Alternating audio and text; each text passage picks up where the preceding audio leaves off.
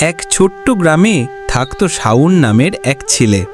বাবা মা দুজনেই চাষাবাদের কাজে ব্যস্ত থাকতেন, তাই শাওনের সঙ্গী বলতে ছিল তার প্রিয় কুকুর, নাম সাহসী।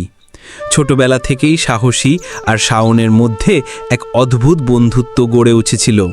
শাওন খেলতে গেলে সাহসী পিছনেই যেত, মাঠে কাজ করতে গেলে সাহসী পাহারা দিত, আর রাতে শাওনের বিছানার পাশে শুয়ে থাকত। একদিন বর্ষার সময় গ্রামের পাশের নদীতে পানি বেড়ে গিয়েছিল। শাওন খেলতে খেলতে নদীর ধারে চলে যায়।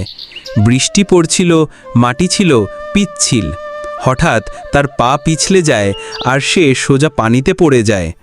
নদীর স্রোত খুব তীব্র ছিল। শাওন চিৎকার করলেও আশেপাশে কেউ ছিল না। সেই মুহূর্তে সাহসী কোনো দ্বিধা না করে নদীতে ঝাঁপ দেয়। ঠান্ডা পানি, তীব্র স্রোত কিছুই তাকে আটকাতে পারেনি। দাঁত দিয়ে শাওনের জামা ধরে নিজের সমস্ত শক্তি দিয়ে টেনে তীরে তুলে আনে। শাওন তখন ভয়ে কাঁপছিল, কিন্তু সাহসীর উষ্ণ শরীর তাকে আশ্বস্ত করছিল, তুমি এখন নিরাপদ।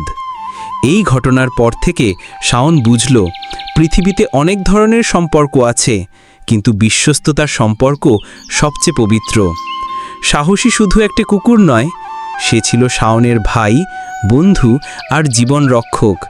তাই টাকা পয়সা দিয়ে বন্ধুত্ব কেনা যায় না।